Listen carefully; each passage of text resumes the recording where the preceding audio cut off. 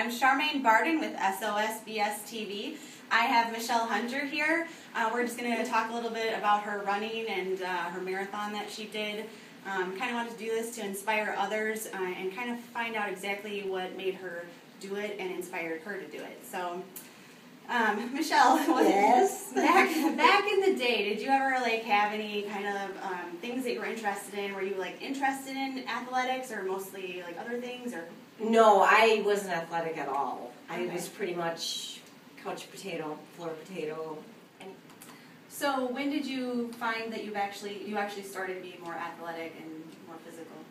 I can actually tell you the exact time. It's when I became pregnant with my daughter. She was now 25. Okay. And I was entering the greatest period of my life, the endeavor, I needed to be the strongest, most fit. Mm-hmm. So I started walking every day. And I just wanted to be healthy for her and healthy for myself, to take care of her. So that's how I started.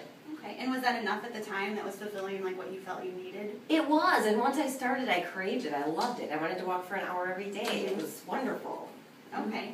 And when did you want to take it one step further when you decided you wanted to run? I was at the Y, and I was on the treadmill the day after Thanksgiving. and I was running? I'm telling you, I wanted to run my butt off. And I was walking, I'm like, this is taking way too long. Yeah. So I just turned it up a little and started running, got my 4 miles in, and I was like, that wasn't so bad. And I just kept going. Okay, here's the thing. A lot of people, it's hard to run 4 miles. Why did you feel like that was so easy for you just to jump right into?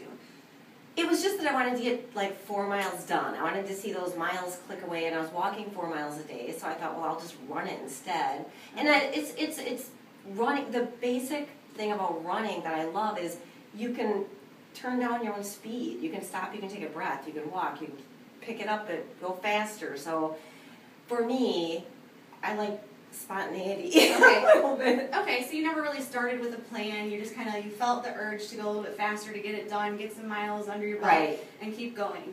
And then when was there ever a jump from a 4 mile into a 10 mile, or was it kind of a gradual thing? There was. I wanted to get faster. I wanted to go longer. I wanted to go further, I should say. A very good friend of mine, Dennis, from the Y, helped me. He approached me at one point and said, you know what, I think you might be able to run a little bit here. Let's work together. And he taught me how to run outside and how to be faster, correct my form. Would you be able to give us some of the some techniques that maybe he gave you? Well, he was a big guy, so he kind of blocked my wind outside. That was really nice.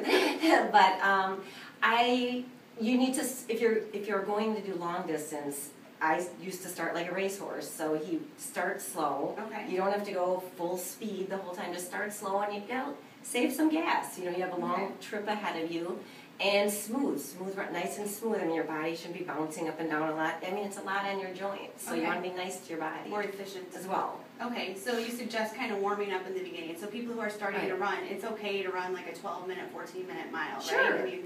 And then after you're warmed up, like you were saying during some of your races, when I talked to you before, that not all of your miles were a 7-minute mile, right? Oh, no, they're not, actually. My first mile, I try to hold back, and the first is the worst. I mean, plain and simple. Everyone hates the first mile. That's why everyone runs miles. I ran a mile and I stopped. Because you just have to keep going. Yeah. But I like to do what's called a negative split, where I say, run out to the lighthouse and just kind of look at, and then once I get halfway or see the halfway point or the 30-minute mark, whatever it is, I'm on my way home.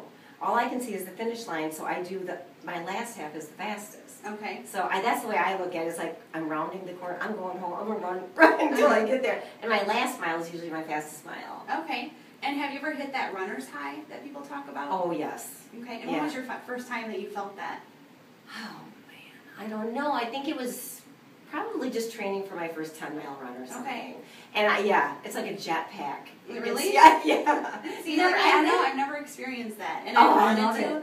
And I didn't know if it came after a certain number of miles you ran or what it is. I don't know. But so I'm looking forward to that someday, and that's why I kind of wanted to. You feel like you can fly. Yeah. Yeah, it's amazing. So it's just like a euphoric feeling almost, right? It's euphoric, strong, just, I don't even know how to explain it. You just feel like, I could just keep on going. So when you, well, we know that you did run a marathon. What year was that in?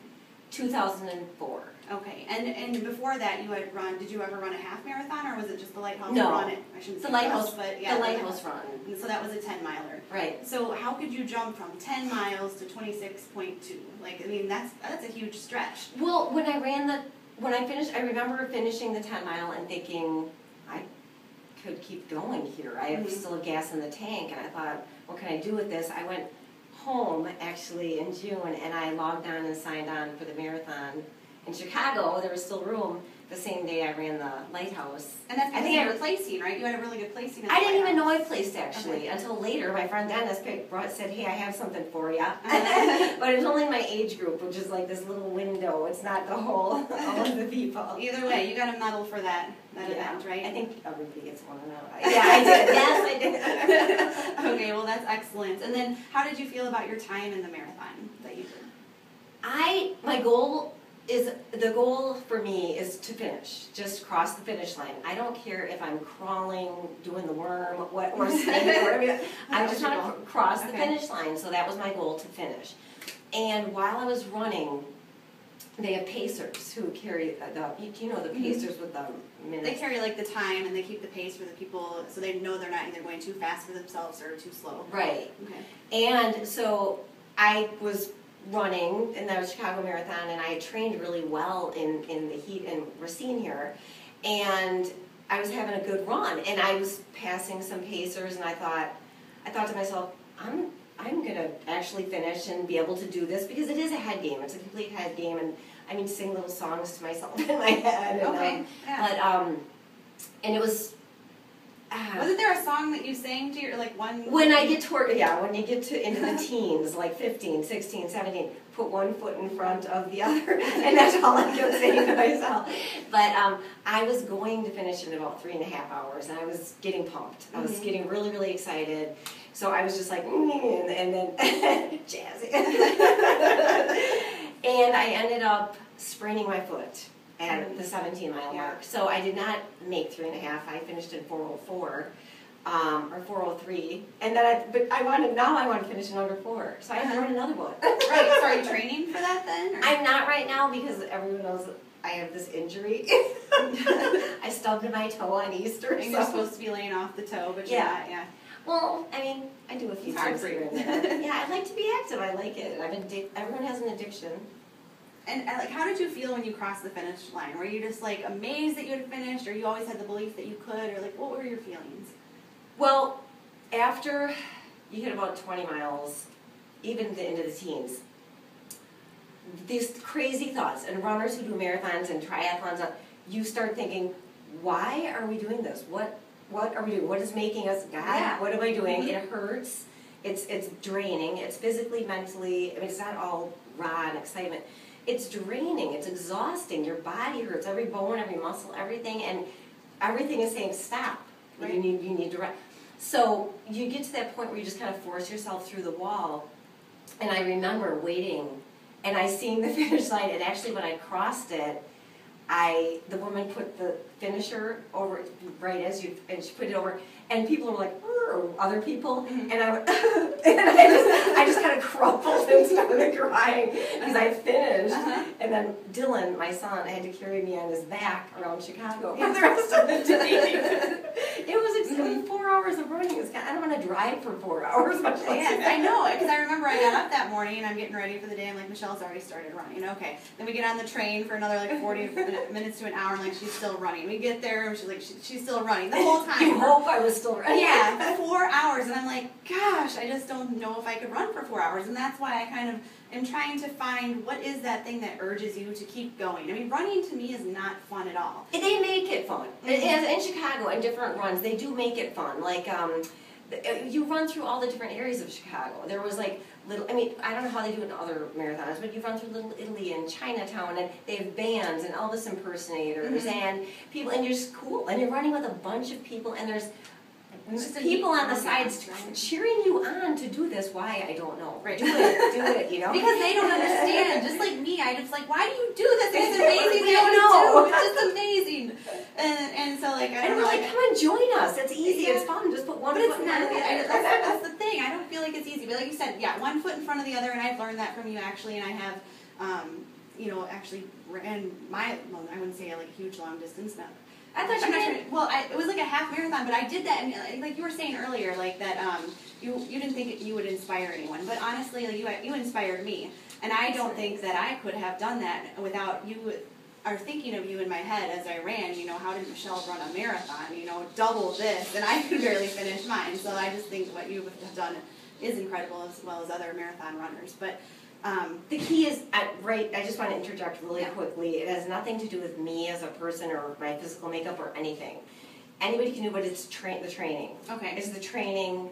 It's months and months of training and diet and exercise and fitness, and you live to be a endurance machine. Right. Is what I was. I mean, there's a diet. There's you don't go out and have martinis. It's not. You got to take care of yourself. Yeah. So as with anything, obviously there's negatives and positives to everything. Can you tell us a few of the negative things that you encountered?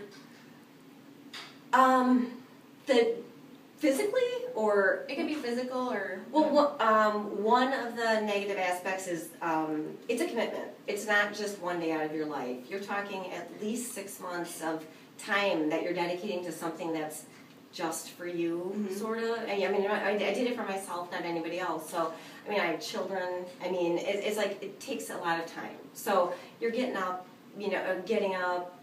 The training is definitely a commitment. That's not a negative. I enjoyed it, but do you understand what I'm saying? Yeah. I did hear comments from people like, couldn't you find better ways to use your time and spend more time? It's like, hey, I want to do this. Okay. I need to do this. And then obviously there's advantages because you're very fit. Well, another disadvantage is like you need to get massages. That sounds like an advantage, actually. It can be really a lot of wear and tear on your legs and the rest of your body, but I mean, that's okay because it's your But you can recover from that. That's right. I mean, most of the time.